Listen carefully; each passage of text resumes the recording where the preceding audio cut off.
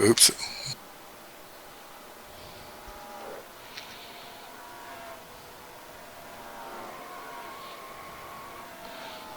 FSB Racing on the air at the home of NASCAR, Charlotte, North Carolina.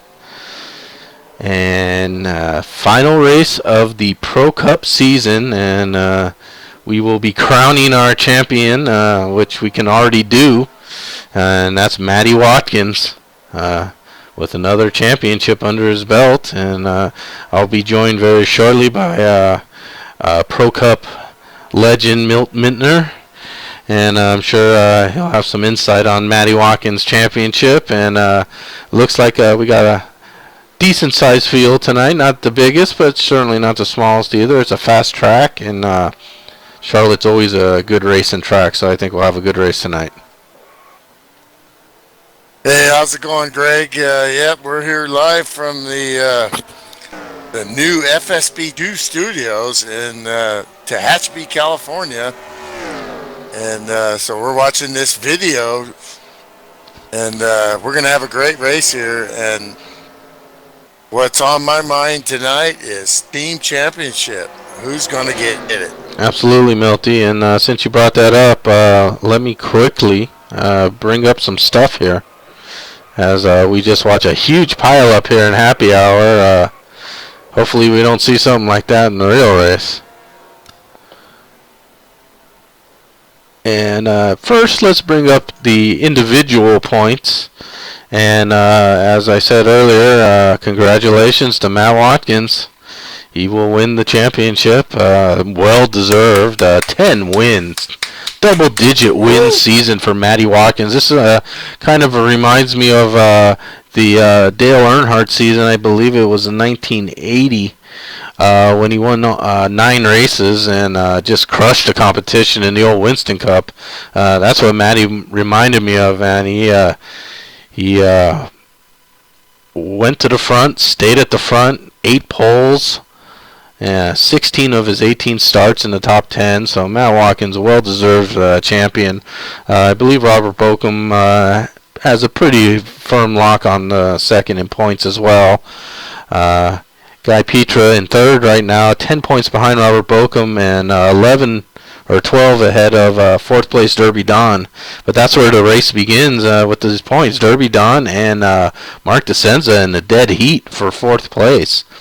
And Steve Weber just 7 points behind. So those three will still have something to settle. And if, maybe Robert or Guy encounter any major problems, who knows? But that's really the race as I see it there. Yeah, definitely tied for looking at who's going to get the fourth position. That's and you look at the who's who of FSB Racing all the way down this line here, and that just accentuates the domination of Matt Watkins, who did not run. He missed one race, of course, you see Boca miss 2 there, and which it's a long couple guys missed a few, but season. Still, I mean, the dominance does show in the numbers, and it shows up with a huge 39-point lead going into the last race. So that's well earned by Matt. And as you said earlier, Milty, talked about those team points. And I brought those team points up, and this is where we sit going into this race, Milty. And there's still something to race for if you're on Monsoon or Team Bochum. And if you're Team Bochum, you got to be focused here. You need to max out your points, which means win in a second. Top 2 team finishers score points, Milty. Well, and when you consider that all these guys were basically on the same team last year, scary. Barring, and then they've split up, and this is the battle. And Monsoon, when you look at the team Bochum, you understand that those guys are some serious studs, especially the top 3 right out the box, and then you got Den and the rest. But Monsoon has had a couple drivers that have really stepped up this year, and that would be Guy Petra and Steve Weber, usually, sweeping the floor. When you got Kevin Lewis, you got Robert Bokum, you got, I mean, they were getting those wins, and of course the other guys were finishing good, but then with those guys leaving, you know, it's really a testament to the team philosophy of Monsoon and their sharing of information and executing. Absolutely. Monsoon was really up against the wall this season with the changes, and that's a tough position to be in after being a dominant team for the last couple of seasons. And Matt Watkins and Steve Weber and Guy Petra have really anchored these points in Pro Cup, and the Bochum guys have really just taken this season by storm. And if I was able to show you each series individually, you would see the name Bochum Motorsports either first, or I think in the only one other than that, it would be this is really their only battle in any series, Milty. They've really shown what a good team is capable of doing. Yeah, and that's not Bochum had, Robert can't do it by himself, and Shawn, they've also had Ken Ron and Dan Francisconi and some other drivers Mark really DeSenza, pick up the slack. We got green flag, Milty. We're underway. Robert Bochum is our pole sitter. Speaking of Bochum Motorsports, doing what he needs to do here. I think Robert wants to make a statement as we finish up this season, Milty, and I think he wants to go out with a big win. As TG really getting squirrely on that first lap there. He was all over the track. Everyone has kept clear of him for the time being, but TG getting a little happy there on these cold tires, Milty. Well, and that's the trick around Charlotte. You got the really odd-shaped oval here. Or D, it's not necessarily a D shape, it's odd shaped, and every corner is different. 1 and 2 are more traditional, and 3 and 4 kind of have a flat spot in the middle there. You really got to negotiate, and who's going to get on the power sooner. Yeah, and I saw a little blink there out of Robert Bochum. I don't know if that was my reception on my end or his end, but a little blink out by Robert Bochum, very uncharacteristic of him. And he continues on the lead, but Mike Sanders in strong second place so far, Milty. And Derby Don, who was on our outside pole by Robert, he's hung with him. He's in third, and they've kind of separated themselves very quickly from the rest of the field. Well, we've seen the Sin City owner and operator there, Mike Sanders, in the top 5 consistently at the start of races, along with the 49. How will they finish this race? That's what we want to see. Yes, absolutely. We wish them good luck. Yeah, and then this is Pro Cup. Milty, as I quickly bring up the running order here, you can see that it is 140 laps here around Charlotte. So it's a long race. It's a fast race. And we can't get green flag. It is very common to have green flag racing here, Milty, once we get going.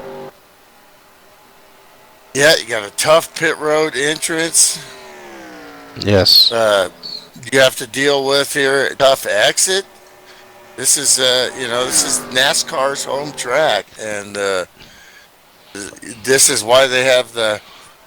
Of course, we can debate about how effective the All-Star races are, but this is 40% of the 600, so that's why it's so long at 140 laps. Yeah, that's right, Milty, and Charlotte is a good track, Milty. It's very fast. Of course, in Pro Cup, it's at its fastest. These guys will be hitting 190 miles an hour, Milty. And when you get to these turns, these are not conducive turns to 190 miles an hour. So you really got to negotiate them carefully, or those walls will come up and grab you, especially as you come out of 4 and get into that, like you said, that kind of D-shaped section of the track. It can really reach out and bite you. But it's not biting Mike Sanders, who has a very nice lead, Milty. He got around Robert Bochum, and he's set sail. Of course, Bochum's modus operandi, Milty, I'll use big Latin phrases there, is to run his race. And if that means he ends up running second, third, fourth, fifth, then that's what he'll do. Positioning really doesn't show importance to Robert until the end of the race. He runs his own race, he runs his tire strategy and fuel strategy, and that's the way it is. Well, and like when you drive the trucks here, the ENS physics, the CTS physics, draft is everything, you know. There's no way Sanders would have already been eaten up, but with Pro Cup cars, you can really drive the bejeebies out of these things, and you know, I have to think that this is going to hurt Mike here later in this run. But why not Milty, lead, you know? it may. You know, with a long race, Milty, you have to expect that somewhere, somehow, there's going to be some cautions. So this might be, in my mind, if I was a guy that maybe didn't have a win, that wants to win, this might be the right strategy. You go out as hard as you can, you short pit many times during the race since it's long, and then, you know, maybe 75% away through, you assess your situation, and then maybe you have to make a change. But I think if I was someone hungry, like it appears Mike is tonight, this is what I would be doing. I'd try to get out and try to outrun these guys and let them, you know, maybe come back to me eventually.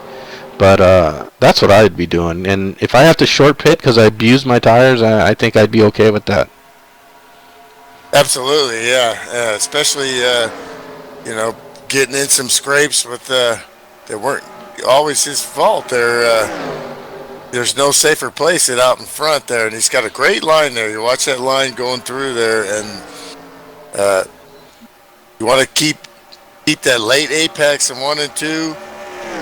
And then 3 and 4, you got that little flat spot where you got to kind of lift, and there's the hump, and then get back on the gas. Yeah, and we see that Derby Dawn got a little high in the turns there, Milty, and both Jeff Hale in the 29 and the 6 of Mark DeSenza were able to get around him. Jeff Hale showing up for almost every race lately, Milty, and it's really nice to see him out there, and he's dominant. And speaking of dominant, had a brilliant performance last night in the super speedway race to finish the season there. A big win for Jeff. Of course, we know he's the super speedway defending champion. He just wasn't able to make all the races this season. Absolutely. But man, you know what? Remember just me? An impressive drive. Yeah, it was kind of like, you just think of if I showed up for all 20, what it would have been like. But yeah, just a great drive by Jeff. He's been running almost, if not leading races, he's been running in like the top 5 in every single race he's been showing up for, Milty.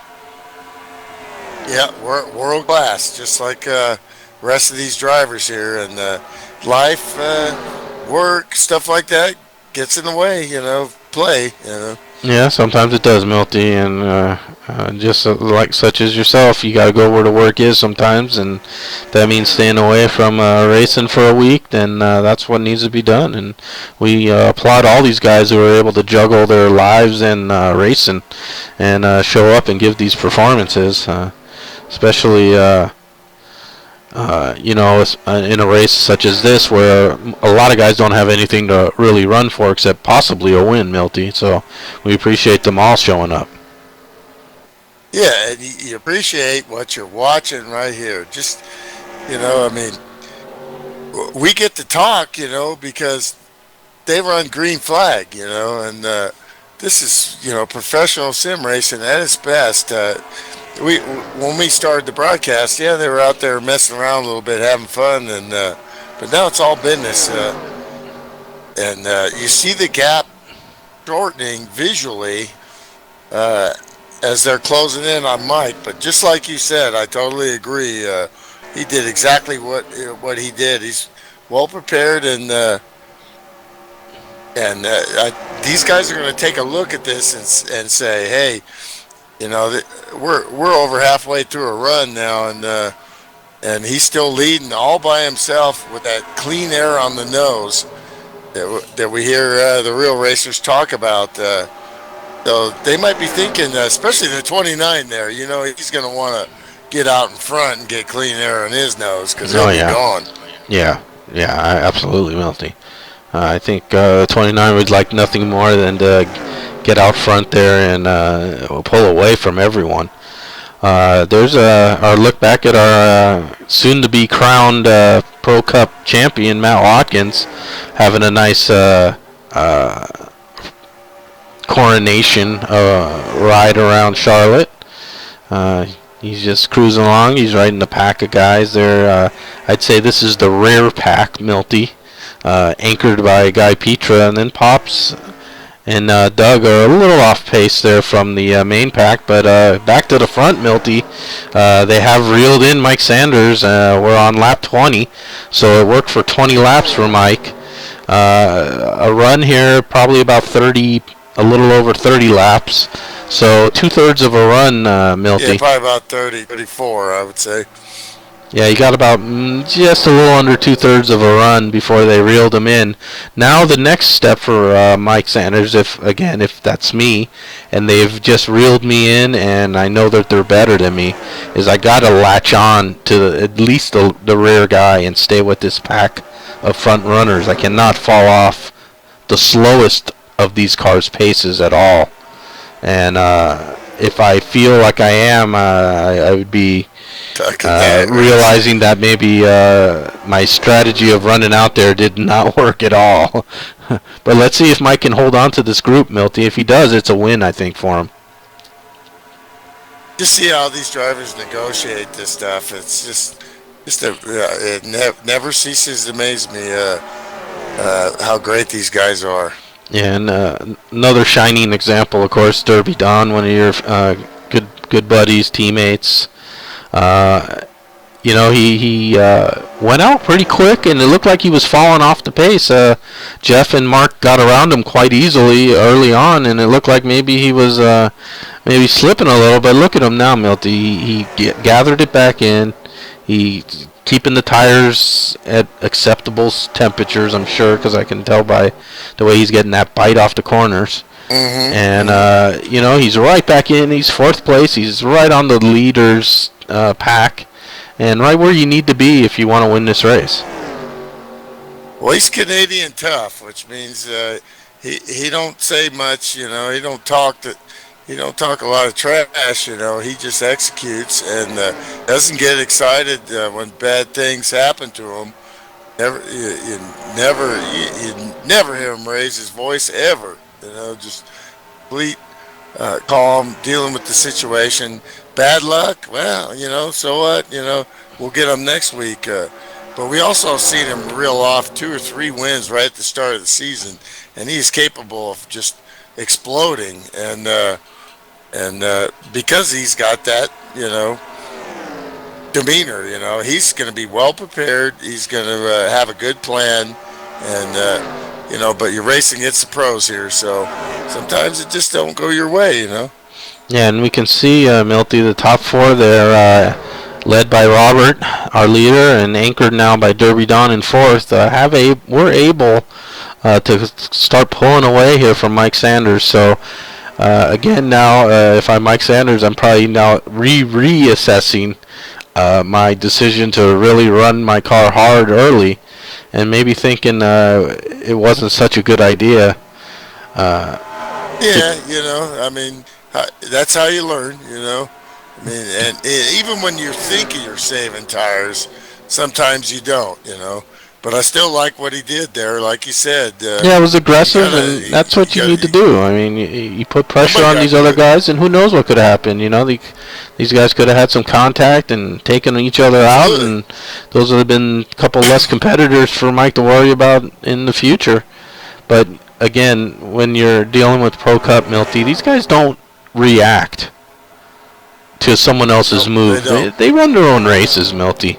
They have teams. They've already discussed it prior to even taking the green flag. Hey, what worked here last time? What's going to work this time? What Yeah, the lines they're notebook, running. absolutely.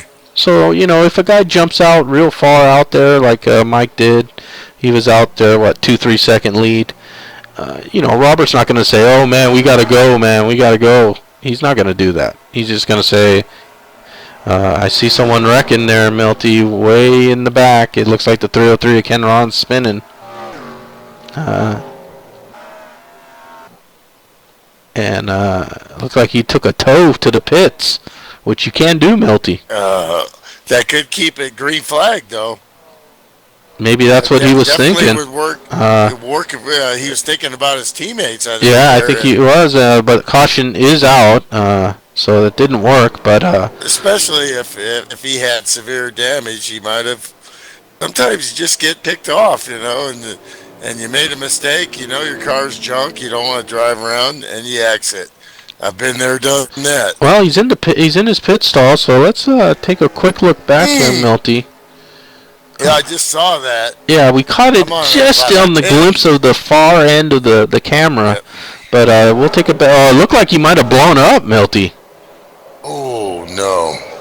Or he locked the brakes up early for some reason. Well, I'm gonna step off here a minute. I'll be right back. Under caution. And as you take another look at it, it looked like there was a puff of smoke coming out from his car as he was in the turn. Right there, you see the smoke coming out. I don't know if the wheels started spinning at that point. Let's see if we can get a little better camera here. There we go.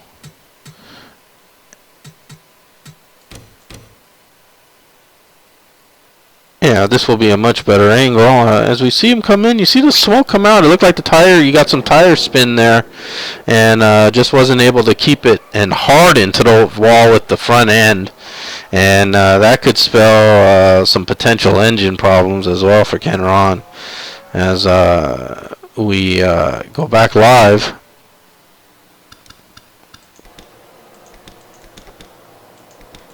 We see that our leader currently is the 22 of Ryan Tracy. Let's bring up our thing. We're on lap 30, so these guys were almost toward the end of their fuel run anyways there, Milty. So a welcome pit stop for everyone. I'm sure Ryan peels off. He led a lap. A little strategy move there by Ryan, picking up a lap lead and picking up a bonus point there. Ryan, of course, made the chase, so he may be looking at some point position improvement there, and that's one way to do it. You get bonus points. If you do it led one lap every race, that's 20 bonus points. That goes a long way.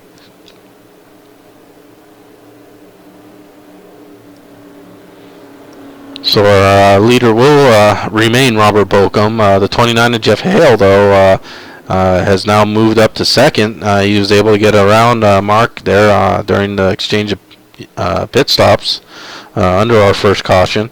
Derby Don anchoring that fourth position, and looking back past Derby, we see the 53 of T.G. Reese and 22 of Ryan Tracy, who pitted, of course, so he'll be dropping down out of that. But Matt Watkins moving up into the top 10. He's now in 7th. I believe he'll be in 6th as we take the restart. And then there's Mike Sanders right behind Matt Watkins, so he fell to 8th. So if that caution came out about 2 or 3 or 4 laps before, it would have been even better for him.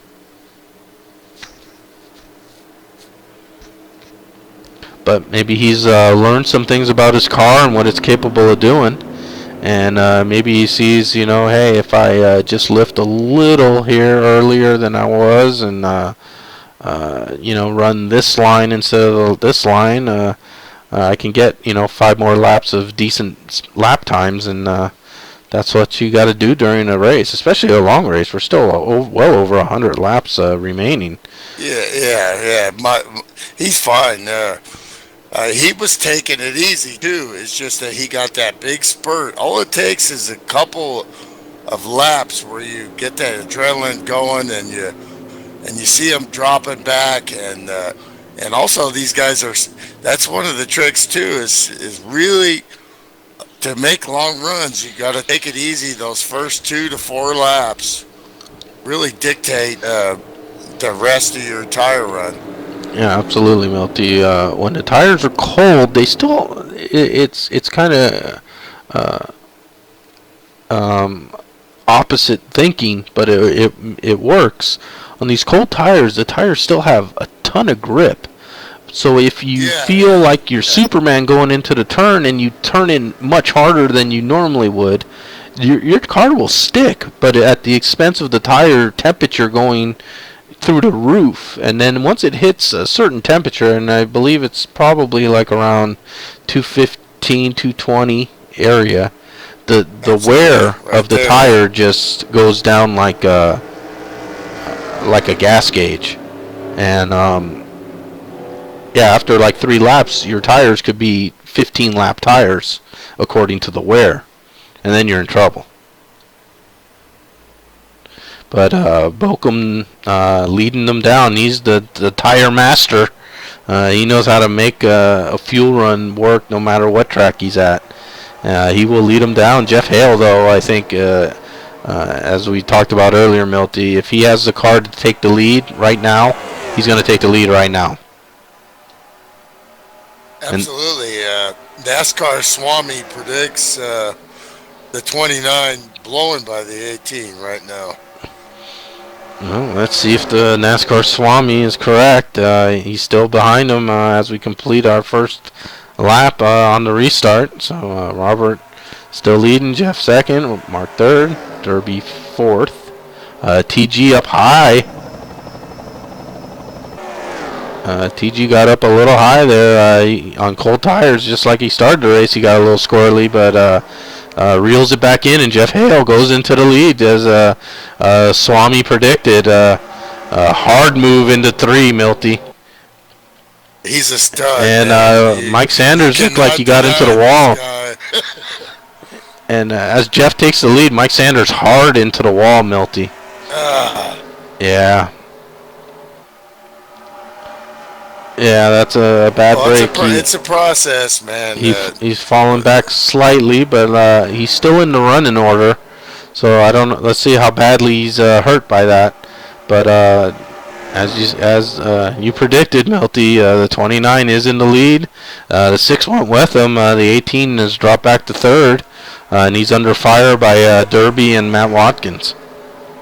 What you want to see from the 29? He knows this, is you just want to stay ahead. You got the lead, but you're going to eat it on tires a little bit, but and fuel, because these guys can lift a little more behind you with the draft. But we're gonna have to see how it pans out. Yeah, what we're seeing right now is the 6 of Mark DeSenza going around him into the lead.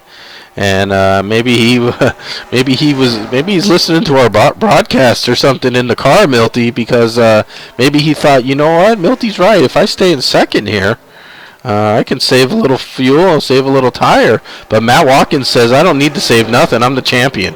Get out of my way. I'm taking the lead. Matt Watkins a little squirrely as we get into that funky front stretch. But he's going around Jeff Hale, and Matt Watkins wants to win this race, it appears. And he's showing that when he wants to get to the front, he's going to go to the front. Well, my experience in Pro Cup, my 2 championships, I mean, I agonized my way home to the title, which meant, I drove with a lot of gonads at the beginning of the season, but later I just was trying to manage it. But you didn't see Matt Watkins do that. What Matt Watkins did was stomp his foot down and a statement on, which is Yeah, and uh, really, testament to his preparation and etc. absolutely, Milty. And really, of course, when you won your two, Milty, no chase. And if there was no chase this year, Matt Watkins would have probably won by who knows how many points. Yeah, and my day was not the drive. They were great guys, great drivers, but no way does it compare to the skill level that's out there from top to bottom. Not even close. Now some comers and goers, Milty, as we always like to see. As the race wears on, the 5 of Shawn Johnson now making an appearance up toward the leaders, as is the 42 of Scott Tracy. Yeah, Scott Tracy. We've talked a lot about him. He's they're all pros and they've all managed to get top five action. It just shows you how close it is in this league. Absolutely, Milty. To finish a top five in any given Pro Cup race is an achievement in my mind, and it's a work in progress. You can't show up in Pro Cup and just say, okay, I'm going to start winning, and if I don't win, then it's unacceptable, or you'd be quitting after probably 2 or 3 races. Yeah, and I've seen probably several hundred drivers over the course of 11 years find that realization, and a lot of people come and go due to different life stuff. It's not always there's a myriad of reasons that people come and go, and but now that the skill level is absolutely, and we're looking forward to next season. It's the end of the season. We still have a nice field at the end of the season, which there's some guys that have nothing to race for, but they're out here running hard. Oh, absolutely. Well, like I said, if you're in Pro Cup and you need an incentive, a Pro Cup win, Milty, in and of itself at any given race is, besides championships, is the crown jewel of FSB. I mean, to say you've had Pro Cup win or multiple wins is quite an achievement. So always something to race for in Pro Cup. I had 38 of them in the old days, and then to get 39 and 40 took like about 8 years. So it's definitely, and when I got those 39 and 40, it was like I was screaming and yelling, yeah! They are tough absolutely. to get. We're hitting lap 46, about to hit lap 47 now, Milty. Went green about 32. So doing math, Milty, we're looking at around 65, let's say, 66, 67. For green flag stops, Mark DeSenza has kept about this 1 second lead now for several laps. He's looking good, Milty. Well, they've all kind of played little cat and mouse and jumped around there, and you see the evolution of, of course, we talk about how great the 29 is at passing, but Jeff Hale is also a very wily character, and he's really embraced. When you're racing against Matt Watkins, you have to. You can only get beat by the guy so many times. You got to adapt, Absolutely, and what's interesting here, Milty, is Matt, as I said, he was coming up through the field like he was shot out of a cannon, and now he seemed to has kind of stalled behind behind Jeff, and I'm wondering if Matt now switched his strategies up and said, hey, I'm up to the front. I'm just gonna now do my thing and ride around and do my green flag stop where I'm always the best. And when I come out, I'll probably be in the lead. Well, I think Charlotte is one of those tracks that's probably more than any a couple laps of more abuse on your tires than the other guys really affects you. And you see these guys are all thinking the same thing. They watch the broadcast. They've run the races. They've raced for many years. They all know the game that's being played out here, and they're DeCenza's thinking I'm hitting my marks. At least personally, being up in front like that, I always end up using it up. Even when I'm telling myself I'm saving. There's just for me personally, it just these guys in the back got more of 2, 3, 4, 5, 6, 7, 8, 9, 10. They're all lined up basically. They're thinking, I'm saving tires, and they probably are, Oh, well, I think at this point in the run, when you're saying, you know what, we only got about 15 laps to a stop, I think everyone's saying this is going to stay green. And I think when you get that mentality as a group of racers, that's when the give and take is at its best. And guys race the best because they're like saying, you know what, it's going to go green. I don't need to race for this position right at this second. It's too early. It's not worth it. And when you get a group of guys thinking the same way, that's when you can do that give and take. It's when you got guys on different agendas. Some are hard charging, some are laying off. That you can get that mix up, Milty. Yeah, look at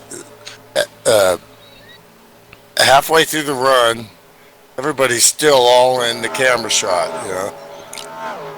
Yeah, absolutely. This second pack here hasn't fallen off as far as they did in the first set of run.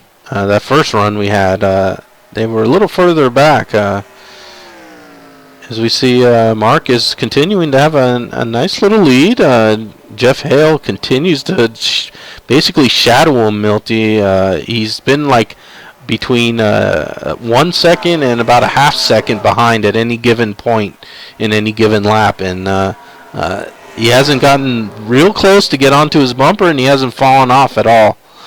So I think Jeff's just happy where he is right now, and again thinking about the green flag stop that's about to happen.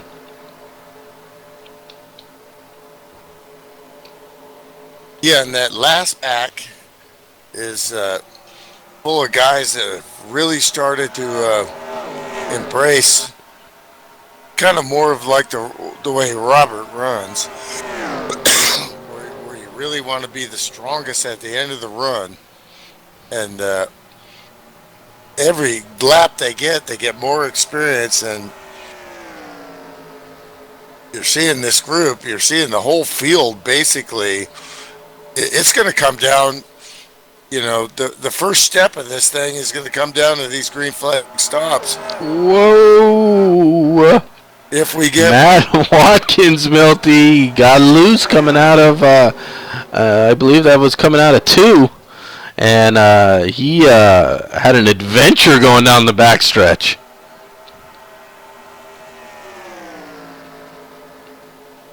You'll see it in a second, but wow, Matty Watkins showing the skill there.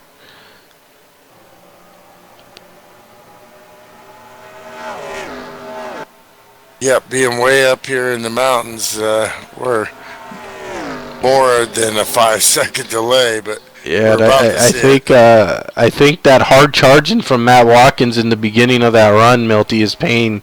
It's time to pay the piper. And Matt Watkins is getting really loose. Oh, there it is. He's getting extremely loose as he's exiting the corners, which is a telltale sign of tire wear, Milty. And at this Charlotte high-speed track, man, tire spin is a very possible reality. And he gets very high, almost scraping the wall now as Derby gets underneath him and Robert Bokum. So Matt Watkins now, I think, paying the price for his hard charge early on in this run, as you talked about earlier, Milty. Yeah, and I don't think anybody has any better car control than the 15. If he wanted to do it for fun, he could drive around this thing sideways, just for the heck of it. He's that good. But for this type of racing here, he's going to start to go back, and he's a long way to go. Yeah, as we hit lap 60, Milty, we're probably well within 10 laps, of course. I think of stops. So we should be seeing them start peeling in. And again, this is where, like, if I'm in the back and I'm looking at my tire wear and I got yellow tires, I'm probably going to come in maybe a lap earlier than, like you said, there is draft here. Yeah, I'm going to say 64 is probably the sweet spot. So you're going to see 62 to 66. Let's see if we're right there. Yeah, we'll keep it on the leaders here. Mark DeCenza and Jeff Hale have kind of separated themselves in the 1-2 position. But again, Jeff is not looking at all by any means to race him at all, Milty. So Jeff Hale he's going to school. Really smooth. Well, Slim Sim Racing, I see some smoke on the start-finish line there. Yeah, I think that's guys clipping that little corner there and start going around the front stretch. But, as some of the guys that have come new don't know Slim, Jim Gately, he is one of the best Pro Cup sim drivers we've ever had in this league, and started the team, and they still carry it on. Jeff carries it on, and he taught a lot of these guys, including my teammates, like Derby Don and myself. And sorry, Milty, but Pops and Dan Francisconi got in a little tiff there on pit lane as we were watching Mark DeCenza. It happened right by Mark's pit, but Mark had a nice view of them getting together. Mark pitted early and by himself. So we'll see how this works out for him as we hit lap 64. Mark coming in at lap 62, Milty. Very early in the window. Yeah, I was figuring sweet spot 64, so you got 62. I think you're going to have stops between 62 and 66 here. And we can see a lot of smoke as guys light up. Oh, yeah, I seen that. I'm 5 seconds behind, sorry. A little adventure there on pit road. Matt Watkins on pit lane. He's getting his service. A nice stop by Matt, as he's known for, Milty. He's the green flag stop master. Speaking of another pit stop champion, Robert Bokum also in. And, of course, he's with the pole position, Milty. He's got the preferred number 1 stall. And him and Matt Watkins come out not side by side, but Matty Watkins right on the tail of Robert Bokum. And those two will go out together and get back up to speed as we see Jeff Hale going around him and Mark DeCenza going around him. So now we got, I wouldn't say different strategies, but a couple laps here could make a difference, Milty. Again, the big scheme of things, it all depends. You're looking for track position versus how far you can go on the run and make it into a fuel window later. Yeah, absolutely, and we'll keep an eye on the running order here as we hit lap 66. We're watching Jeff Hale and Mark DeCenza, who were our leader, our number 1 and 2 cars. They've swapped position now. Jeff Hale ahead of Mark DeCenza, but we're still showing a few cars that have not pitted, so they're really stretching out the fuel.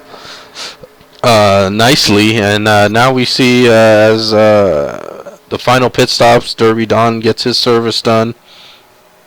Uh, Well, we talk about team championships and team points.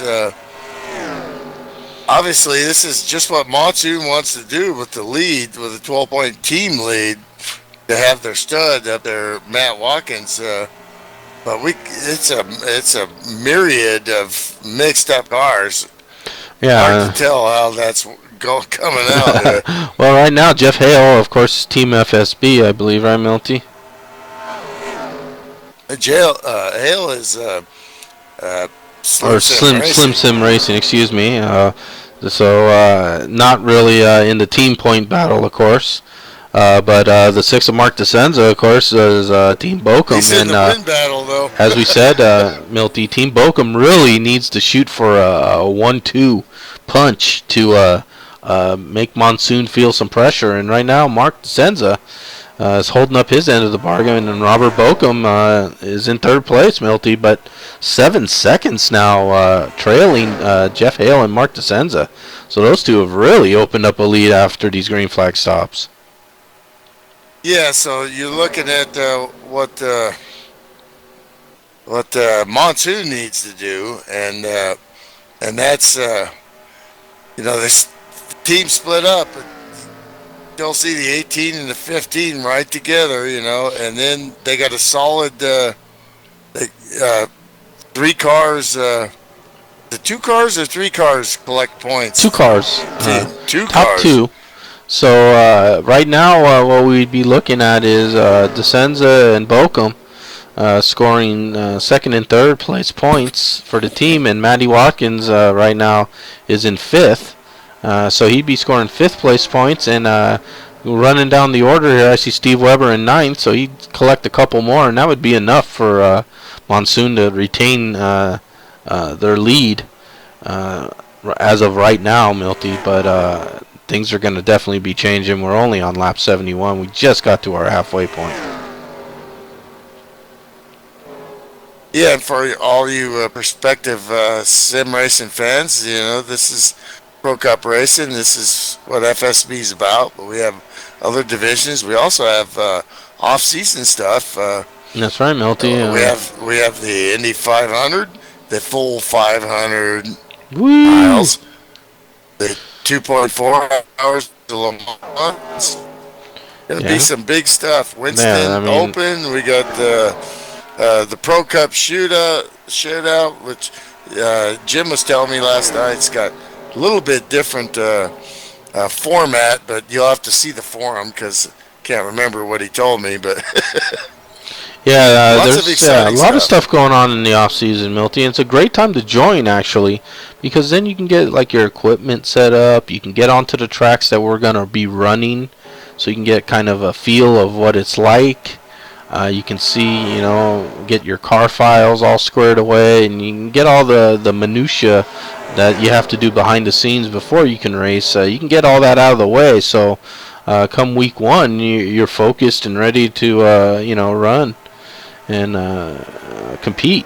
So that's, I think, a great way to do it. And like you said, full Indy 500 coming up on June, in June, Milty, and that's talk about the 2.4 hours seems grueling on the the 8.5 mile circuit that is Le Mans, and that's grueling just thinking about running Le Mans 5 laps in a row. I was ready to cry and finish and never race again.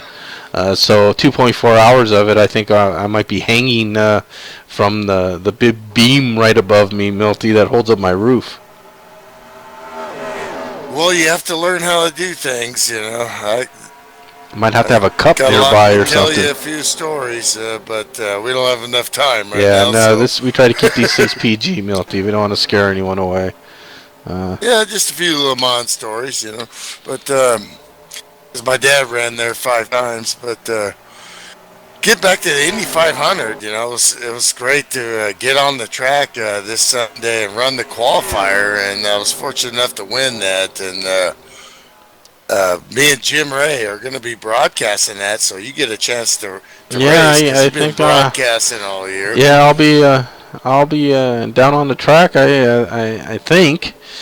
Um, I've struggled at Indy in the couple of the qualifiers. Every time I think, okay, I'm getting it, then I find I don't get it. But yeah, I'm still I'm working behind the scenes to try to still run some laps. I know we still got some Indy stuff going on next week for some practice runs, and I think Yeah, I'm going to be definitely showing up for those because I need it. You and I, we'll do a test session. We'll get you ready, man. Got a few things we can hook you up with and get that steering just right. You got the skills to win the race. And so there's going to be 33 cars that think they got the same idea here, and so it's going to be a big exciting field, and as you can see coming up on your screen here, Milty, we are under caution. Jeff Hale's our leader. He's heading down pit lane, taking everyone with him, of course.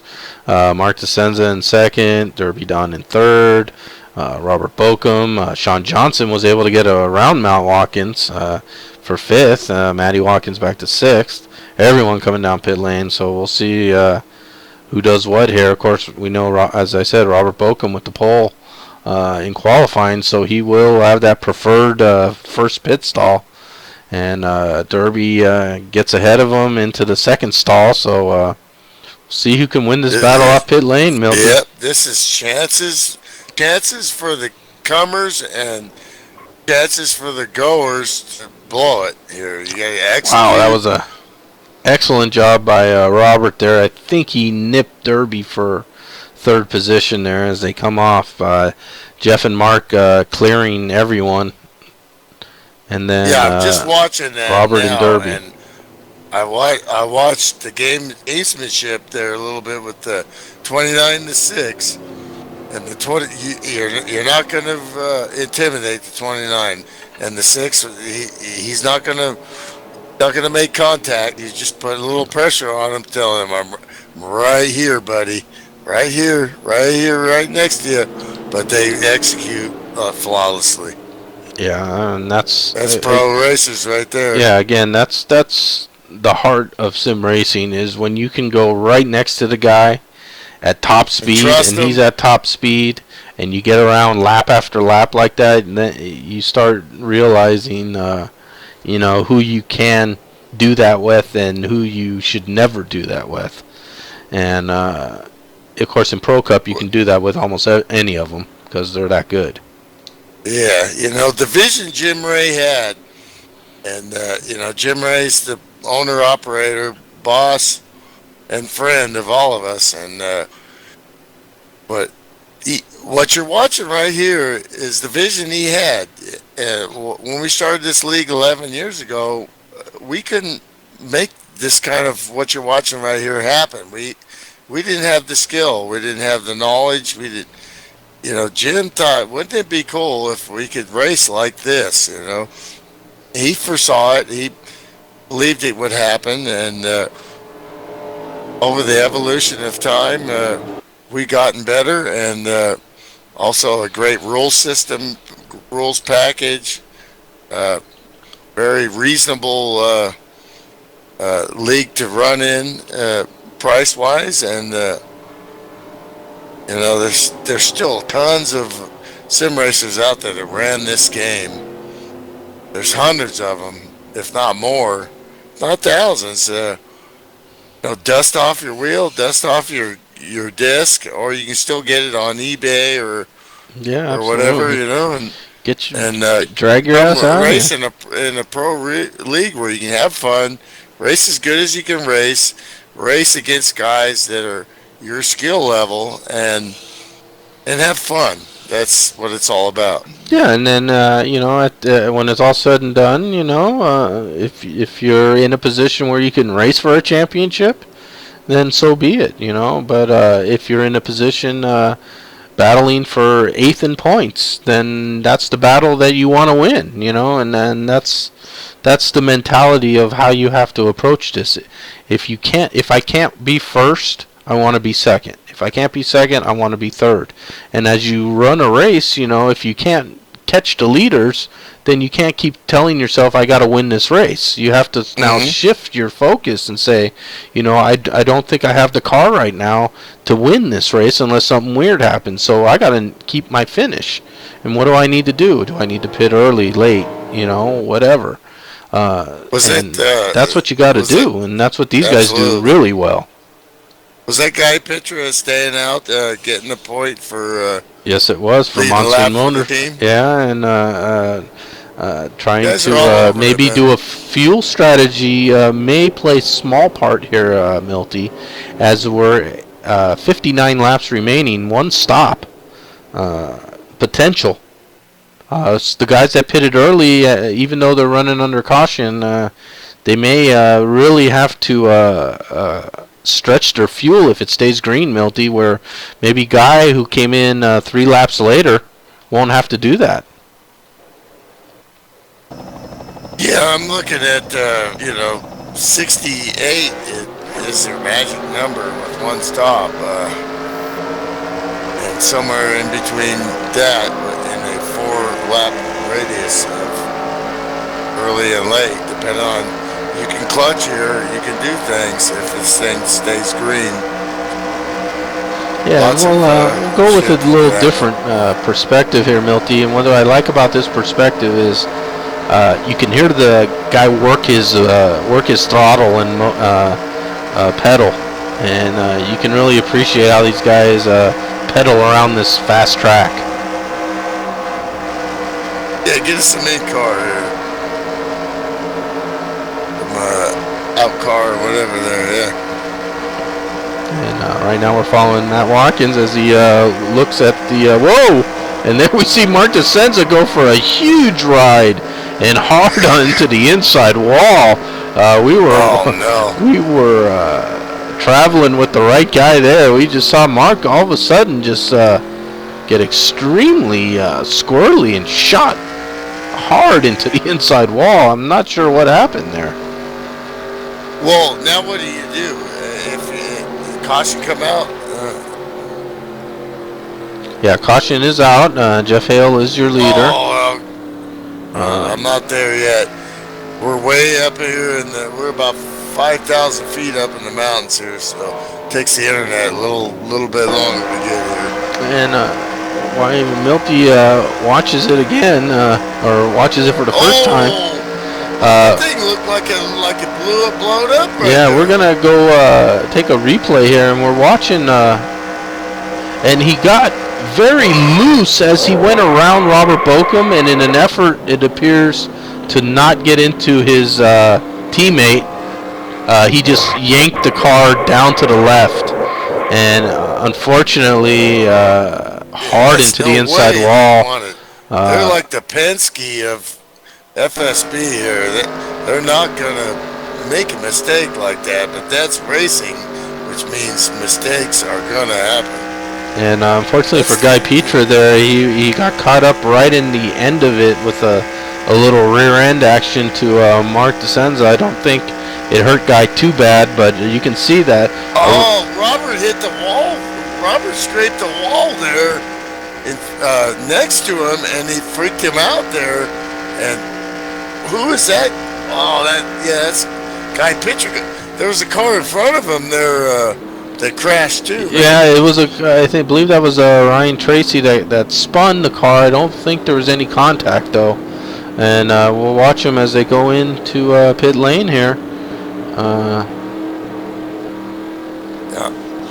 I'll be right back. Jeff Hale did come down pit lane with. We have now 55 laps remaining, so everyone coming into pit lane. Don't believe Robert Bokum did though, or Shawn. Yes, and now that we see Shawn actually did come in, or is that Derby Don? That's Derby Don. So maybe Team Bokum using a little team strategy here.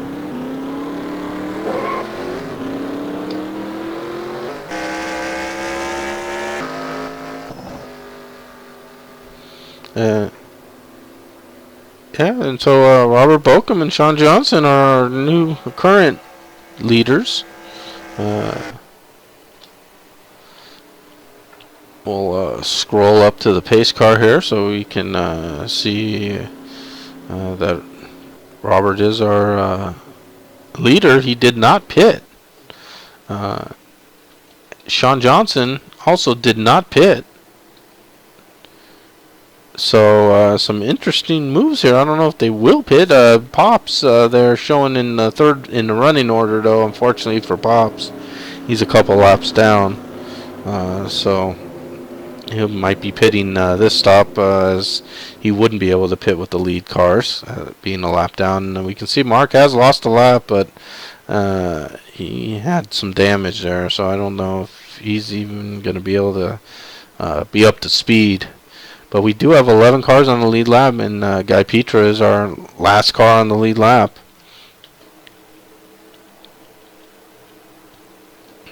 So Robert Bokum and Shawn Johnson electing not to pit here, and we'll see how that strategy plans out. The 42 of Scott Tracy up in the fourth. He took 2 tires there, so another strategic move. So we got 2 no tires, one 2 tire. And then the rest of them 4 tire. And if I'm the no tire, unfortunately, or the 2 tire guy, I'm not feeling hugely confident. But we'll see. This was very interesting moves, especially for Robert and Shawn, to take no tires at all and to stay out.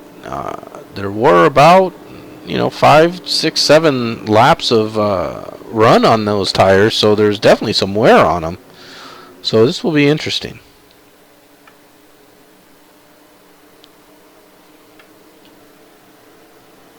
Lights are still on the pace car, so we still got a couple laps to go before we're back to green flag racing. You see the 42 of Scott Tracy, 29 of Jeff Hale, who was our leader. So now he's suddenly finding himself in 4th position from the lead. We'll see how Jeff handles the traffic with Derby Don right behind him. Matt Watkins solidly with the leaders, looking to strike at any time now. 53 T.G. Reese has been really squirrely on the cold tires, but he's settled in very nicely after just a few laps there, and he's been right around the 8th, 9th, 10th all night. And we can see he's now in 7th, so he's doing what he needs to do. And right behind him, the 83 of Steve Weber and the 22 of Ryan Tracy. Ryan did spin the car trying to avoid and get woed up when Mark got down into the inside wall. I don't believe he's had any damage, though. Just fresh tires, and he should be okay. And then we see the 16 of Dan Francisconi, 99 of Pops Marguson. Both those guys, Dan is shown in the 10th position. Pops, of course, a couple laps down. And there we see Guy Petra, our last car on the lead lap. And Guy's in 11th. Yeah, just amazing. Amazing what these guys are doing out here. It's just great show, and stay on the lead lap, especially with a smaller field, is a testament to the parity of the pro division. Absolutely. You see the pace car rolling off. Robert's going to lead us down on older tires than basically 4th on back. So we'll see how this works out for the 2 Boca Motorsports teammates at the front. Well, yeah, this definitely didn't want to lose the 6, but all of a sudden, this is put... Oh, and we got contact in the back of the field. Guy Petra and Ryan Tracy got together there. They're continuing. I'm going to check we got to caution out. Caution is out. Looked like Guy and Ryan got tangled together there, Milty, right as we got started back again. This is changing the whole complexion of the team point championships here. Monsoon is in jeopardy of losing some serious points here.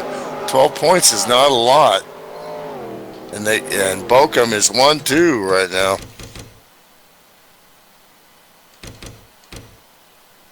Oh, that's a hard crash too. Guy did get down low there. I don't think he got any damage there and survived.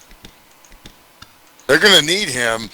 They need 2 cars to finish decently to retain the championship that they won last year. Yeah, and it looks, as I rewind it here, Milty, it looks like maybe Den and Ryan had contact, and that caused Guy to take evasive action as he dove down to the inside. And of course, Guy, Monsoon Motorsports, he's very critical, as is Den for Bochum Motorsports. So a couple of team battlers involved in that, Milty.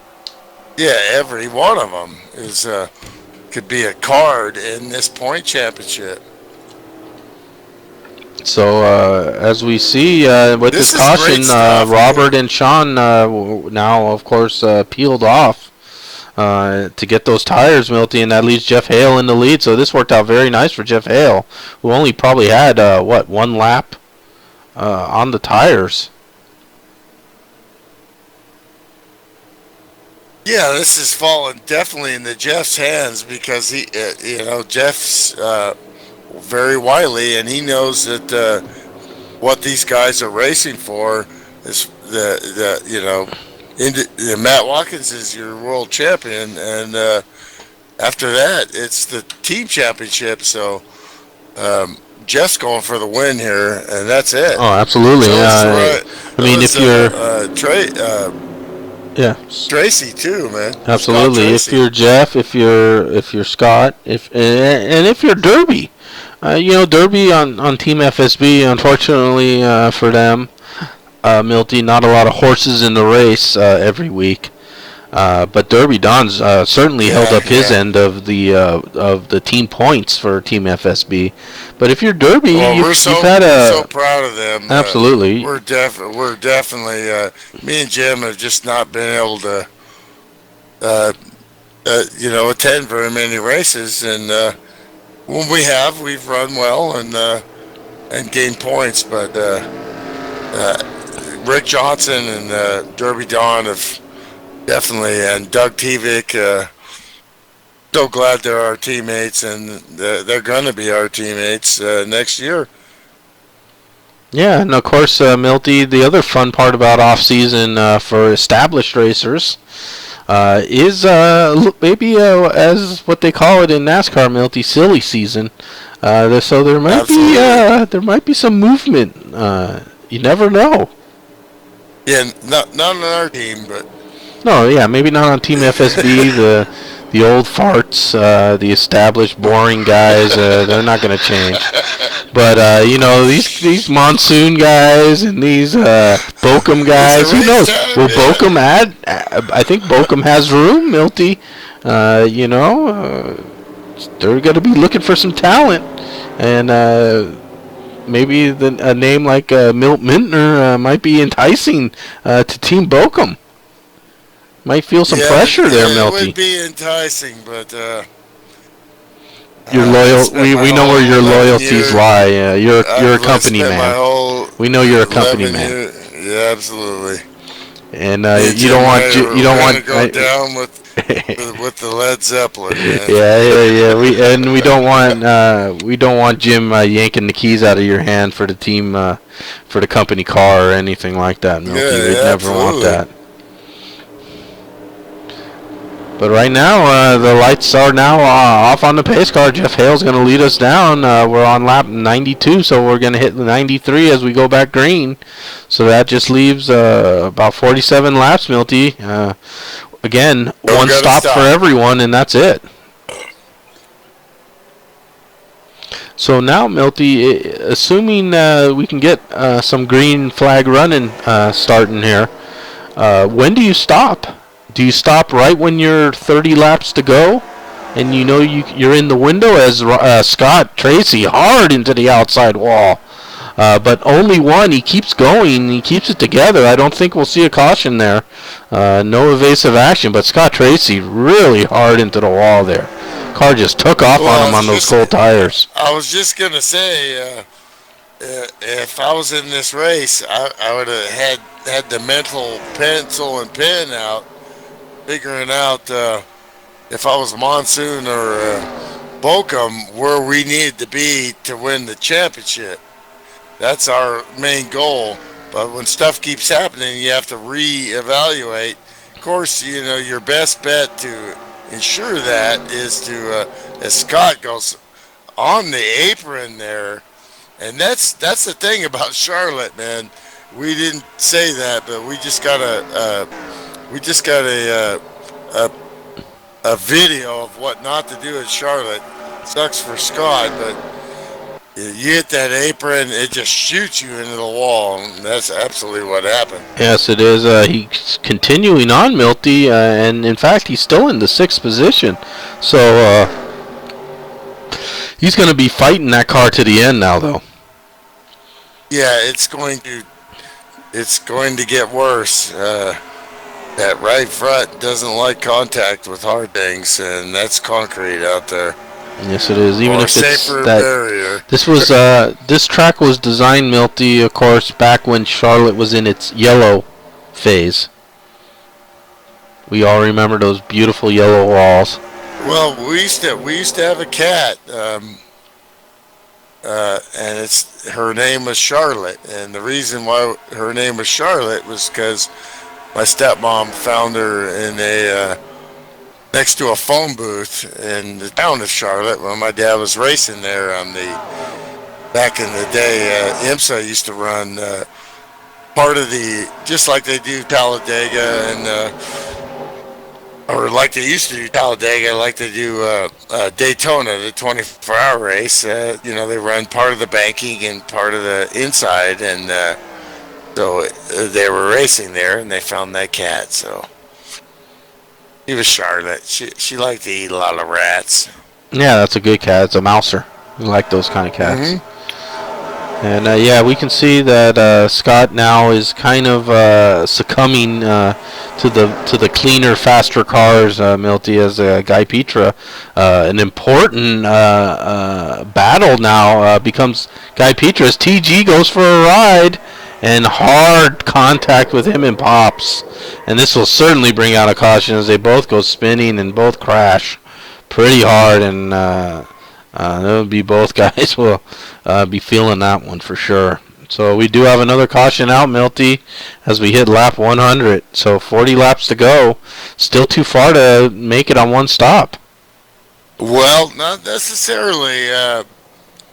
If we have a lap car, we could get started at lap 36, and Tracy hit the wall there, and then the 53 just kind of banged up against a couple cars there. Well, let's see what they'll do then, Milty. I hear what you're saying, Milty. You can clutch this track for 36. You're gonna. Matt Watkins can do it. Yeah, and we know those guys are fuel. Robert Bochum, Matty Watkins, savings experts. Jeff Hale, Derby Don. We'll see. We know Jeff likes to run, and that's not the way to save fuel. So we'll see as everyone coming in. Of course, we hit lap 100. So this will be, like you said, Milty, they'll take the green probably with 36, possibly 35 to go.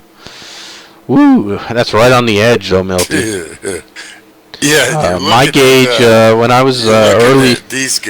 I'm sorry, go ahead. Early before the pros showed up, they let the scrubs out on the track, and I was able to impersonate Rookie Cup champion Alan Myers. And they thought they were letting the champion out on the track, but it was actually me. And drove a few laps, bounced off the wall a couple of times, so then they knew I wasn't Alan. But I saw only 33 laps on my fuel tank to start the run. So if you can do 36, Milty, when my gauge showed 33 right as I started to run, you good.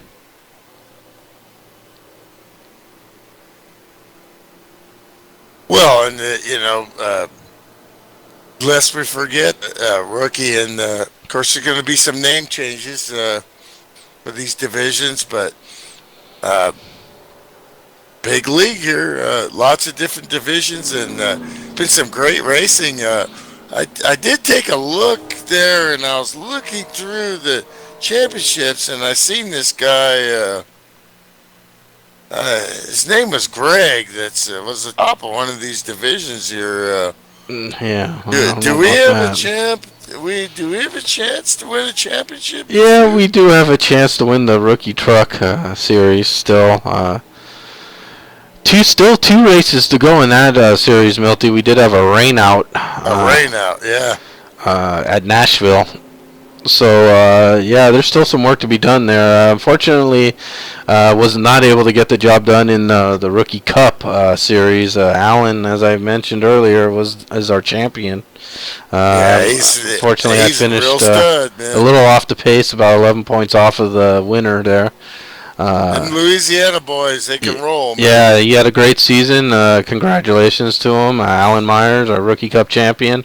Also, congratulations to current Pro Cup driver in this race, Robert Bokum, on winning the Sunday night short track series. Robert Bokum, just Absolutely. if you just want to come out to watch the race and not even compete, and just put your selector on Robert Bokum and watch the race, you'll have a very enjoyable race. He's a great short track racer. I've learned tons of things from just watching him pull away from me time after time after time. But just a great short track racer, and so yeah, congratulations to Robert Bokum winning that, and also Milty, Robert was able to take the Sportsman Cup series as well. So Robert already with two titles under his belt. As we see some Well, strategy playing to out be now, a Milty. champion, you're not just the fastest guy. You also have to follow the sportsmanship guidelines and all the rules at FSB. And Robert's done that over a series of years. He's racked up the titles. Him and Matt Watkins have destroyed any records that I've had. But to do that, you have to be a good sportsman. You have to be a good dude. You have to be liked, and Robert will help people. I mean, so you got to have the whole package. You just can't be a fast guy out there plowing people down. You got to be a racer. Absolutely, and we see some strategy playing out, Milty, as a bunch of leaders Whoa! shot down pit Look at lane Ryan Tracy with. to I'm top sorry. up. But that left Jeff, Derby Don, the 16 of Den Francisconi, and the 151 of Guy Petra. They got left out in the cold there, Milty, as a bunch of the leaders shot down pit lane to top up. And Yeah, we missed what? that. That's something we should have caught, right? I should have caught that because at the with a lap down car, and you got all this time. Why not top off? You're right on the edge of fuel, and look at Right, these guys. and I think I was proven correct, Milty, that these guys are thinking they cannot do 36 laps, that they have Yeah, to get in absolutely. that 33 window. And right now, pace car's off. We are going to restart with 36 laps remaining. So these guys Now it topped gets up, interesting. and they're going to have to really play it smooth. But if you're the top four who did not come in for that splash, Milty, what's your strategy? You probably will not be able to make it. You need a caution. Well, you got to hope they can't make it either, and you got to also hope that there are some damaged cars out there, and that the rest of these guys are going to race hard because they know it's go time. Several cars up there. Look at the 16 up there, Dan Francisconi. Yeah, that's a great, My great Madeira to see this. buddy there. Yeah, great to see the Scony.com car battling Derby Don right now, and then looks racy, Milty. It looks like he's saying, you know what? I'm at the very least here. I'm going to lead a damn lap if I can help it. Well, he's also a team player. He showed up for every single race that Boca Motorsports has entered, and they have, team championships down the line. Oh, he's bam, yeah, bam, he's bam. They have definitely. oh, absolutely, When you say team, that's Boca Motorsports. yeah. And when you say team, that's Den as well. When you think of a Dan, guy absolutely. who you'd want as your teammate, who shows up, gives 100%, gives the encouragement to the rest of the team. Got That's a Dan. win already this Yeah, season. and He's looking for two, and we absolutely he saw this is. picture before. We put the video on when he got his win. I believe it was in the Truck Series, and this is the track. This is the kind of track he likes, and he's going to go for it. He's not going to lay around, and he's all over the back of the 49 there. Yeah, but now Derby has gone into the lead, and now he's all over the back of the 29. But then, yeah, looking very strong, and they've really separated as guys I think are behind him are on uh, fuel saving strategy. Matt Watkins, Shawn But Johnson battling side by side. Matt Watkins a little loose again, but keeps it together. But Shawn was able to get the position away from Matt. Matt likes a loose car. He sets his steering wheel up very similar to me. He's got an older steering wheel like I do, but they're still great steering wheels. Matt runs a red Momo. That's the no-no in sim racing, but he's figured out the pedals. He's got different pedals, and he runs the old school wheel, and he runs a lot of steering ratio, which but he compensates that with his excellent car control and quick hand speed at the wheel. Yeah, absolutely, Milty. Yeah, the red Momo was the notorious wheel, but Matt Watkins showing that. The pedals were. Yeah, but The wheel is an awesome wheel, and you yeah, can manhandle it. It's a 13-incher. It's a little bit smaller than like a TSW 15ers or whatever. well, actually, I believe the Momo was actually 10, Milty. The new G27 wheel is 11 inches. Um, so I think the Momo, I had a black Momo way back in the day, Milty, and very similar to the red. In fact, I think the only difference was the color. And like you said, I think they did some changes to the pedals to make them work better. But we see that the 16 has gone around the 29, Milty, and Den is solidly in the second position It's a here. perfect race for him. But Derby Don has And really these stretched guys out his lead. studs. And if These you're are the best Derby, we have yeah, right here. absolutely, Milty. If you're Derby, you have to know you're not going to make it if it stays green. So is the strategy for Derby? I want to get as huge lead as I possibly can. So if I have to do a splash and go, I might have some kind of chance. Well, that's my teammate. I love him to win, but we've seen this movie before at the beginning of the race. We talked about it. If it goes green, they're going to reel him in unless they. Of course, we got a different scenario now. We don't have a pack of 5 or 6 behind the leader. Now we got some spreadage here, so we got a lot of cars that aren't dealing with draft here. Derby knows what he's doing. He knows his pace. So I think instead of thinking what's going to happen, I'm going to watch and like the rest of us and see what happens. Yeah, and we as we're watching the 5-car Shawn Johnson, he was the first car to peel down with a bunch of guys to top up.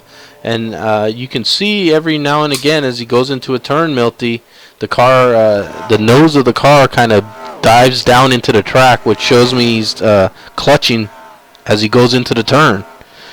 So he knows what he needs to do, Milty. And so they pitted late, and they don't even think they can make it. So Derby, you're probably absolutely right. Derby probably is going to go balls out because he don't think he can make it anyway. So yeah, and whether Derby pits with, and if I'm Derby, whether I pit with 10 to go or 2 to go, I have to pit.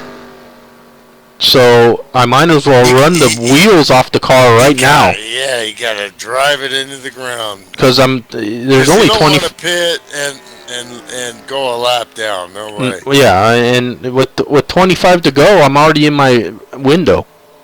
So I'm just gonna run the car until the guys are screaming at me to bring the car in because my tires are shredded.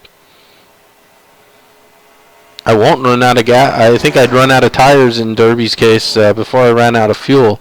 So I want to try to stretch that lead, and he has stretched it. What's the lap times here? Bring up the lap times. Yeah, we'll bring up the lap times here. See what he's running compared to the fastest lap. Yeah, fastest lap, Matt Milty, is the 6 car, Mark DeSenza, of course, who's been out of the race now at 29:08. And right now, Derby's last lap was a 29:9.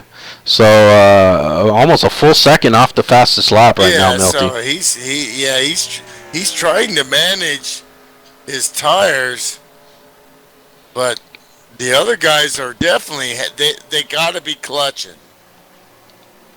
From third back, they got to be clutching. And now we see Robert scraped the wall again there. It looked like Milty. Robert Bokum leading this second pack. So basically Derby, Don, and Den have separated themselves. Now go back and go into each car and see what their last lap was and see. Yeah, we're looking at Ryan Tracy here, who's running in the 4th position. His last lap was a 29:80. A 29:87. Right ahead of him, Robert Bokum's last lap was a 30 flat. So they're again, Milty, that's a full second off the fastest lap. Mm-hmm. No way RB's going to do that without clutching. No. Oh, he hit the wall there, though. Oh, I'm 10 seconds behind, so you said that already. Sorry. So really the overall, I don't want to use the loser term because it's not a fair term, but the overall not in this league yet. the person who has lost the most position, track position wise, is the 29 of Jeff Hale. Jeff did not pit, Milty. He was one of the 4 that did not pit. Along with Derby, Den, and Guy Petra. So I don't know if he's immediately trying to think he can stretch this, and he's gone into like complete conservation mode here. Yeah, only these guys know now, man. Or not, but just gotta watch. But going back to the intervals here, Derby has stretched his. Derby's been able to stretch the lead over Den to a little over 2 seconds now, and 5 seconds to Robert Bokum. So I think Derby's doing what he needs to do at this point, Milty. There's only 18 laps to go, so I think he wants to run this down until he can't, and then no tires, splash and go, and see what happens.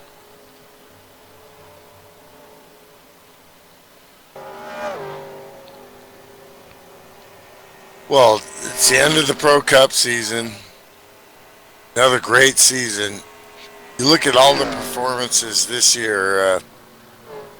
I was actually able to get a win near the first. And Derby's coming in, Milty. Excuse me. Derby coming in with 17 to go, so he's really knows that it was hopeless. And, he's splitting it in half. So he's thinking green here. But you look at these the Tracys, the father and son, this year. Great season for them. Excellent season. Guy Petra, pretty much locked up for the podium in Pro Cup, which is always when I want to run Pro Cup. That's just a great performance from him. Absolutely, great guy. Absolutely. And before we go any further, got to give the shout out 16 of Dan Francisconi is our new leader, Milty, as Derby went Come in for the on, pits. Danny. But that lead to Robert Bokum is shrinking, and of course Den cannot make it, and he's realizing that right now. He's off. And as is Robert Bokum, who slides around the commitment cone. Oh no! It looked like Robert slid into the grass around the commitment cone, Milty. And I don't know if that's going to cost him a black flag or not. I'm surprised Robert Bokum coming down, so apparently no one can make it, Milty. You'll see it in a second, but I think Robert might be in trouble.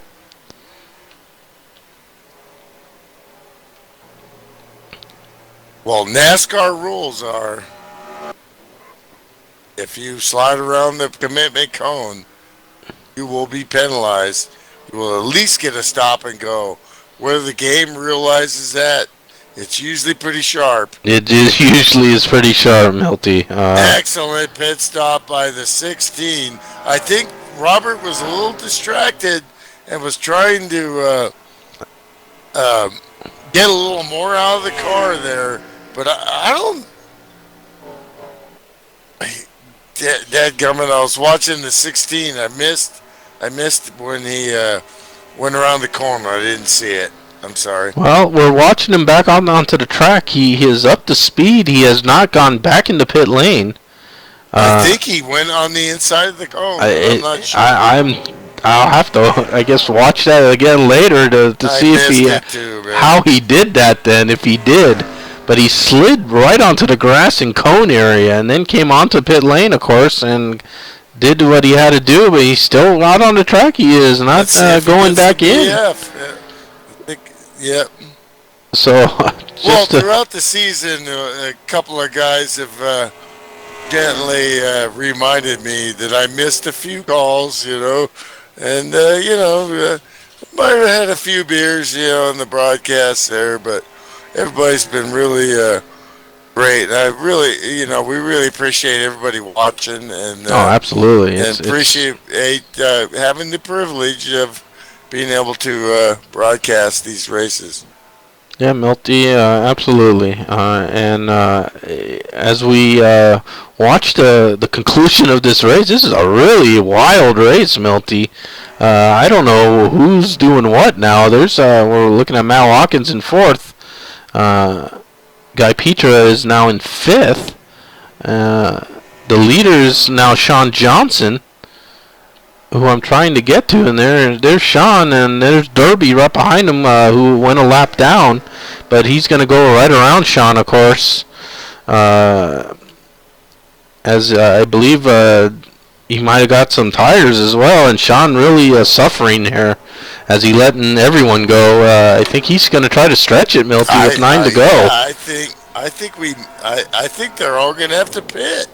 Yeah, well, I think Robert thought that because he peeled in and he was one of the cars that topped up. So I always like Robert as a gauge of what's going to happen in the future. Absolutely. But maybe not. Maybe we're wrong in this case. But everyone is...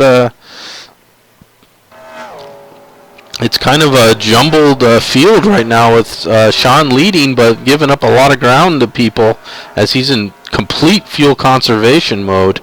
The 83 of Steve Weber is 10 seconds behind in third. And the only other issue is the 29 of Jeff Hale, who's about 2.5 seconds behind Shawn. So this might be one of those races where Shawn might win the race and be out of fuel, Milty, if he can build up that lead. Well, these guys haven't disappointed all year, and they're not going to disappoint tonight. There's going to be a great finish here. Yeah, 7 to go. 29 of Jeff Hale is as he crosses the start-finish line here with 6 to go, 7 to go. He's falling back from awesome Shawn. Dude, he's awesome, dude. He's very fast. He's had a couple issues this year where he's had some contact, which kind of reminds me of myself. You race hard. You're in the mix to win, You're going to have stuff. He handles it with grace. He's sponsored this series. Johnson Truck That's Lines right, Johnson sponsored Trucking. this series, and he acts like a man and Oh, and races like one. And I'm he's a sorry, stud. Milty. He almost got into the back of Scott Tracy as he was going to go around and put a lap down and had to lock up the brakes, and they both kind of bumped the wall a little there, so not what Shawn wanted to do at all as the leader. He kept his composure, though, and keeps going. I don't know if that will have a detrimental effect on the outcome of this race, but man, that was crazy. That was almost a disaster for Shawn. Yeah, those are the kind of things that pop up when you try to win a race in any division. Oh, well, yeah. See, the 42, I'm watching it right now. The 42 got loose, but at the same time, the 5 got loose, understeer there, and then, but he caught it. Man, you never know where those potholes are going to pop Yeah, up. no And kidding, Milty. We're 4 laps to go. We're gonna follow Shawn, Milty. come on, Shawn. If he can make Come make on. it with this fuel, that's Clutch it, boy. unbelievable. There we see way in the back there the 29 and Jeff Hale. Just love this guy, you know. So- He's a great driver. He put me in the wall, you know, a couple times, you know. But, And when you're racing hard, you want to race against the best. You want to race, and he's clean, and he's a heck of a guy. Come on. we can do see it, that do he's it. over 2.5 seconds off of his fast lap time, Milty. So he's in full retreat mode. Absolutely. And we got 3 laps remaining, Milty. And Come you know on. what? I think we're gonna go. Clutch it, boy. Let's go inside the cockpit with Shawn Johnson, Milty, for these last couple laps, and we'll listen to this motor. And as soon as I say that, wow, what a job! He clutching the entire turn, Milty, and then Absolutely. letting the That's what clutch you gotta out, do. taking the straightaway, and then clutching it back again for the entire turn 3 and 4. Yeah, I'm sure Robert's coaching them too. I'm It's a seeing team his. effort. We're seeing his fuel gauge, Milty. It's creeping down right to about 8 right now, which is fine. It has not turned red. We're on the white flag lap right now. You need 6 pounds to make 1 lap. So if he's at 8, he can do it. And it looks Come like on, he's gonna clutch this Come thing on. to a win. But Matt Watkins is only 6 seconds behind now, so he's closing rapidly. But Shawn Johnson, I believe, is gonna Get lift off this way car early, and way take the early. win, Goes Milty. all the way through.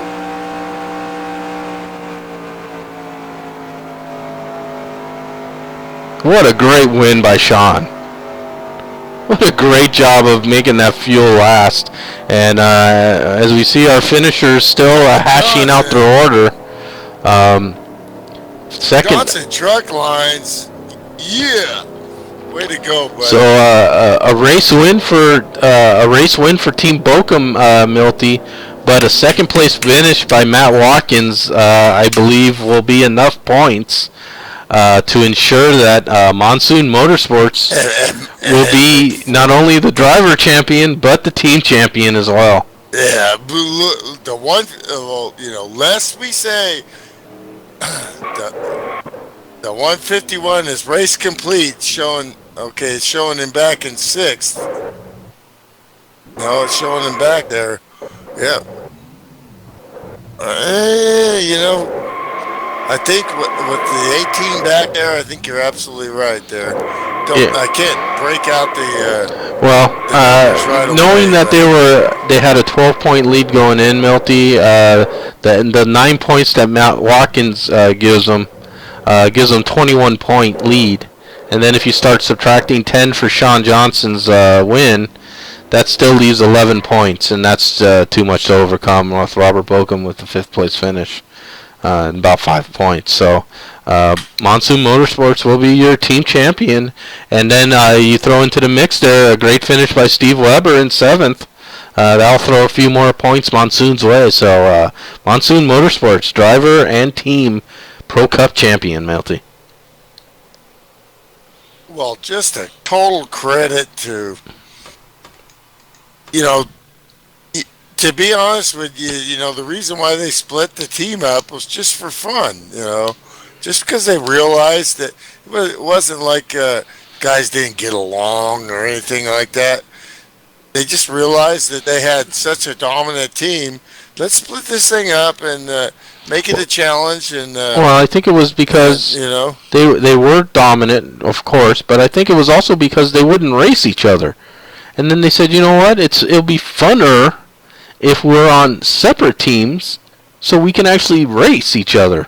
When you're with teammates, you're not gonna, race them hard every single lap. You're gonna get behind them. You're gonna follow them. They're gonna get behind you. They're gonna follow you. If you're slower, you're gonna call them out.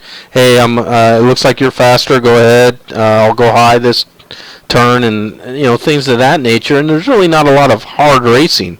So I think these guys wanted to do that racing again. They also, I think, wanted to see who is the best, Milty. Come on, don't you want to know who the best is? Absolutely. And for this season, maybe we have an answer. 17 cars entered this race. Nice fat field at the end of the season in Pro Cup, which is the hardest division to get into. Shows you got numbers, you got cars to race against in this league. Oh, absolutely. And quickly recapping this final running order, Milty, of the last race of the season. Shawn Johnson milks this fuel to a big win. Matt Watkins 2nd, Jeff Hale 3rd, Derby Don 4th. Round out the top 5, Robert Bochum. And then some good, solid runs from the rest of our top 10, basically, in points. Ryan Tracy, Steve Weber, top 10. Dan Francisconi had a great run, led laps. Unfortunately, the pitting there didn't work out to his favor in the end, but he solid top 10 for Den. Guy Petra and Scott Tracy round out the top 10, Milty. So just a tremendous season, and congratulations to, again, champion Matt Watkins. But also, we'll see if we can get an update on the points before we go off the air here, Milty. We'll see how those rest of those points hashed out. Yeah, we want to see unequivocally who the team champion is, definitely. And as that's move over to our for Pro Cup. Usually, team championships are already decided before the last race, but very exciting, Yeah, absolutely, it was exciting, and just a testament again, like you said, to the guys that show up every week and put on these shows that we watched and broadcast, Milty. The fact that a team championship had to be decided in race 20 shows how tight the racing is. Even though Matt Watkins comfortably won the championship, the team battle within that was very tight all the way to the final race. Well, I just was private messaging congratulating Shawn Johnson.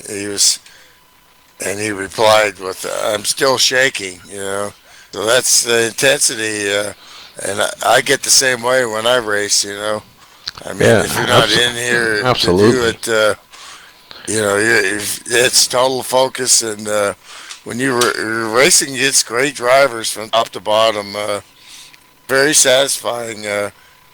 It's our hobby, it's our fun, it's what we like to do in our spare time, and that's right. We really enjoy it.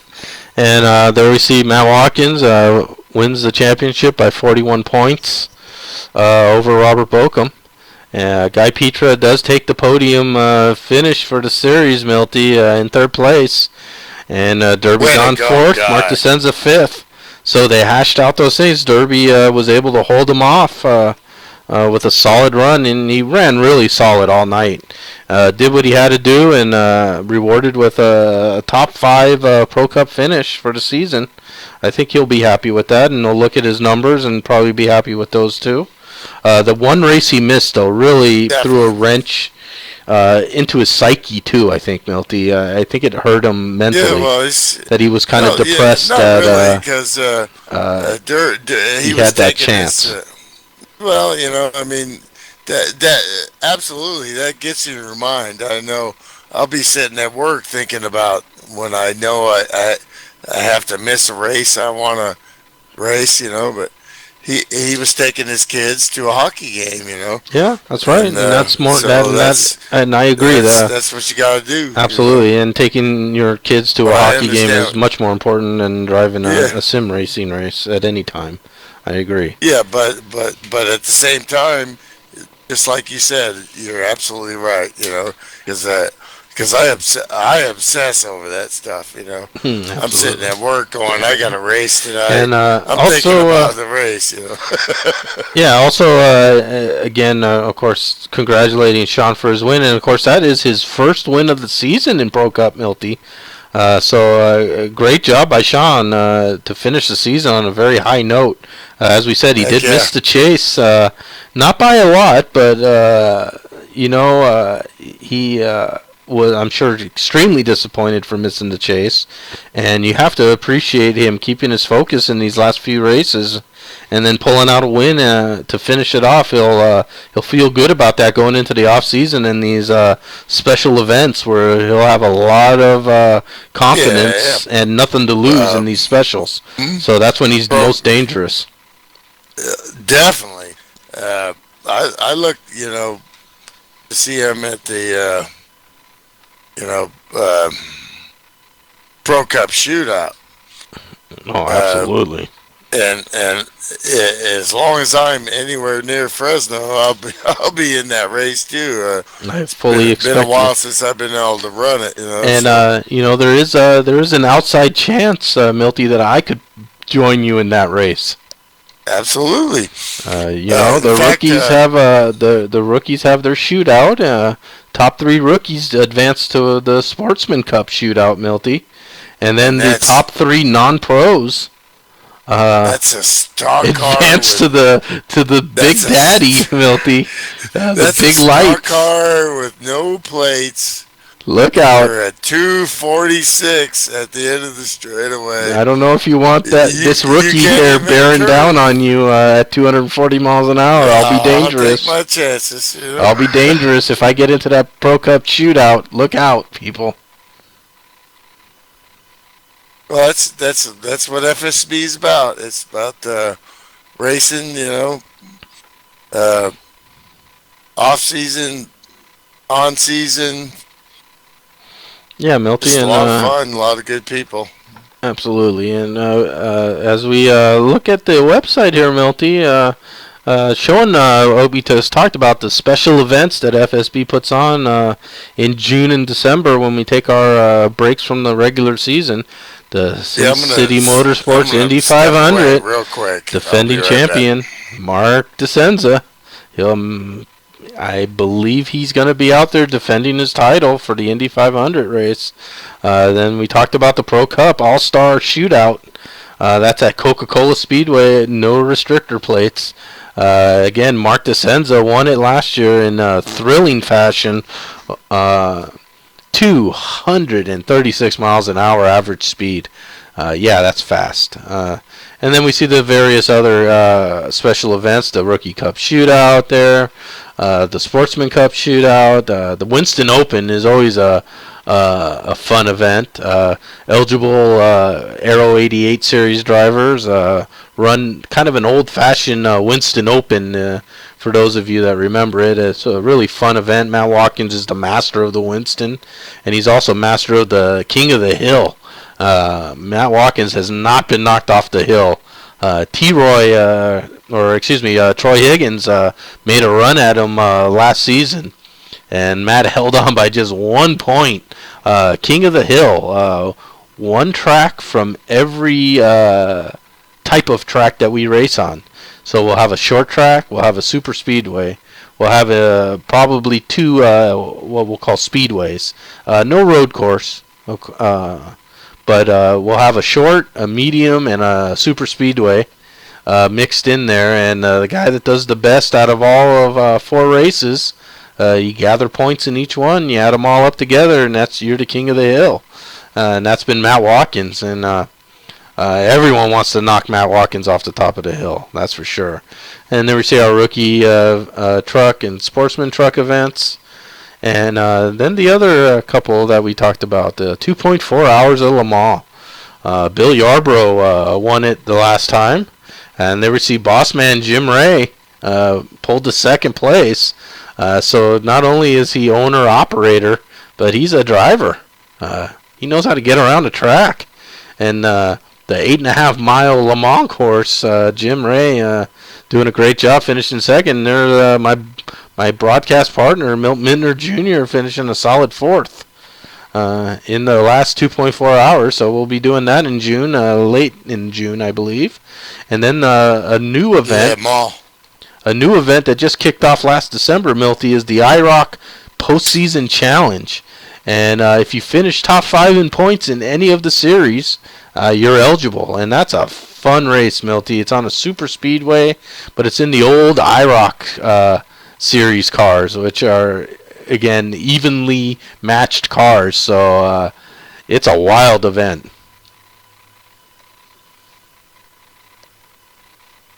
Yeah, IROC goes all the way back to my dad's day, where unfortunately he missed the IROC, the real IROC, by 5 points. So, but they hired him as a tire tester, so he just spun the tires off of every car. Goodyear had to bring a harder compound for the race after that. Yeah, I mean, we. Some of us older talking. guys. I guess I'm kind of a younger, older guy, I guess, but we all remember those old IROC series on the Wide World, Riverside. ABC Wide World of Sports would come on, and Yep. I would be breaking down doors and windows and knocking people over to get to the TV so I could watch this thing, because it was so rare then to see auto racing on television. That I mean, I was glued to these races, watching Mario Andretti, AJ Foyt, Earnhardt, and all those guys. Terry Donahue, just some of the greats. Jeff Brabham. I mean, some of the greats of all racing. Just mixing it up, and just a wonderful series that unfortunately is really not a shell of itself if it's still around. I think it might be still around. But man, those events, Milty, when you saw Earnhardt and Andretti and Terry Donahue battling side by side, you're just thinking, man, that's awesome to see 3 guys who would really have no business being on the track together, battling door to door at Charlotte or at Talladega, or running. I think they ran a few road courses in those early days, Milty, and I think that's where your dad came into play there, running those tires off. Yeah, well, the first 2 years they ran Porsche, so Mark Donahue. The first year they had the IROC. He beat them all, and of course he also won the 8500, so. And then he was tragically killed in a Formula One accident, Yeah, those early. But he was a great guy. He was a great mentor. Even though he's younger than my dad, he was. He used to help my dad out quite a bit, and yeah, he was gifted, of course, for sure. He was an engineer, That also was a race car driver. He was the first guy to figure out. When you see racing today, you see sector times in Formula One. They break sectors down. Well, Mark Donahue was the first guy to figure out how to do that back in the 60s, Yeah, he was awesome. When the IROC series first started, IROC wasn't a car yet, Milty. That was just called stand for the International Race of Champions. Yep. And yeah, like you said, they rolled out those Porsches, and it was a hugely entertaining series. And then it morphed into this new IROC Chevrolet that they introduced then, and it was a great rollout for Chevy, seeing all these the greatest drivers in the world driving their brand new car, and I think they sold a lot of IROCs because of it too, including one I was known to be seen in once in a while. They were. That was what an awesome car to drive too. It felt like a race car when you were behind the wheel of that thing. But yeah, what a just a great series, and we ran FSB ran for many seasons an IROC series on Sundays. That was just recently replaced by the short track series, but those were some fun events, Milty, driving those IROC cars against some of the great FSB drivers that we had here on some of these tough road courses and driving that big IROC car. Yep. Yeah, well, we'd like to throw a shout out again to Johnson Trucking for sponsoring the series and the trophies that are going to ensue for these champions. And those trophies are, the trophies I got, they mean a lot. I look at them and obviously racing in a league is much more important than being a part of it, but winning is what we all strive for. That's what racing is about. Yes, we do. And in fact, Milty, not to blow my own horn, because that's not really what I like to do, but in that Sunday night short track series, the top pro, top sportsman, and top rookie all are getting trophies as the respective champions in their we'll call them their weight class. And I was fortunate enough to make enough races to outlast Alan and Pat in the rookie shootout part of it. Fantastic, man. To take the rookie short track championship, I guess you can call it. And yeah, Sam's going to be sending me a trophy. So my first trophy at FSB. Congratulations, man. Yeah, I'm pretty stoked about that. It wasn't maybe well earned. I did compete in one more race than the rest of the guys, so that's really the only reason I won, to tell you the truth. I think they were both better than me overall, but hey, in real racing, you gotta take the car on the trailer to the track, and it's gotta run. In sim racing, it's still about being able to show up. It's part of the deal. I mean, I feel a little, maybe a little guilty because I know that, of course, I know the guys very well who I raced against, and know that they were probably both better than me as well. So probably a little more deserving talent-wise. But hey, a win's a win is a win, Milty. And whether the top 10 wreck out and I'm in 11th and I cross the line first, or whether I put every car a lap down, it's still the same win. Absolutely.